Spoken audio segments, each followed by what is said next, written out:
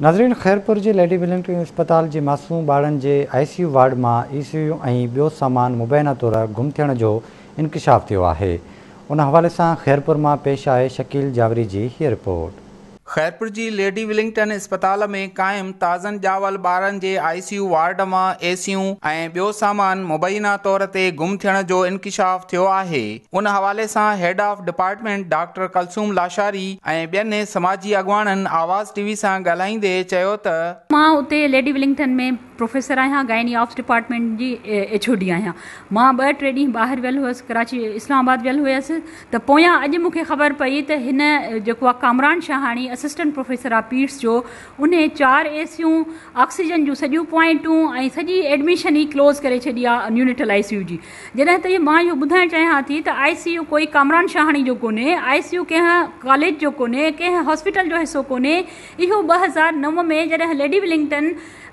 Sukkur GMC hospital जो हिसो हुई, तॾहिं अब्बास बलोच कमिश्नर हो, उन असांखे इहो PPH सां गॾिजी करे ठाराए ॾिनो हो ऐं इन में सॼी जेका बि इक्विपमेंट इंस्ट्रूमेंट आहिनि सॼा असांजा आहिनि। ऐं हुनखे कीअं इहो ज़रूरत थी या इहो त गैर इंसानी हिकिड़ो अमल आहे त तव्हां ICU बंदि करे छॾियो, नंढड़नि ॿारनि जो ICU बंदि कयो ऐं अहिड़ी हॉट वेदर में 8 ॿार उते मौत ऐं ज़िंदगी जी जंग विड़ी रहिया आहिनि जिथे AC बि कोन्हे। ऐं मूं पंहिंजे एडमिनिस्ट्रेशन खे रिक्वेस्ट कई आहे त हाई लेवल ते इन जी इंक्वायरी कराई वञे कंहिं प्रोफेसर लेवल खां, त हुनखे इहा कीअं डेयर थी त उहो हिकु असांजी हेल्थ फैसिलिटी ठहियल उनखे उजाड़े ऐं एडमिशन बंदि करे छॾी। जंहिं बि इहा हरकत कई आहे लेडी विलिंगटन हॉस्पिटल में, या जेको कुझु बि इहो थियो आहे या जेको कुझु बि इन में इन्वॉल्वमेंट जंहिंजी बि आहे, मां उनखे ईअं खणी चवंदुसि त उहो मेंटली इल आहिनि, उहो ज़हनी मरीज़ आहिनि। एॾो वॾो हिकिड़ो सेंसिटिव इदारो उतां एसियूं कढणु ऐं उनजा ऑक्सीजन्स जेके आहिनि रिमूव करणु ऐं ऑक्सीजन्स पॉइंट खे जेको आहे डिस्कनेक्ट करणु हिकु इंतिहाई किरियल हरकत आहे। मां इन जो सिधो सो जेको आहे सो इल्ज़ाम ठाराईंदुसि तव्हांजे KMC जे प्रिंसिपल जेको हेड आहे इन इंस्टीट्यूट्स खे जेको मॉनिटर थो करे पियो, ऐं MS साहब, जेके ॿई हिकिड़े जेको सियासी हाउस जा रखियल आहिनि। खैरपुर जी जेका हिस्ट्री रही आहे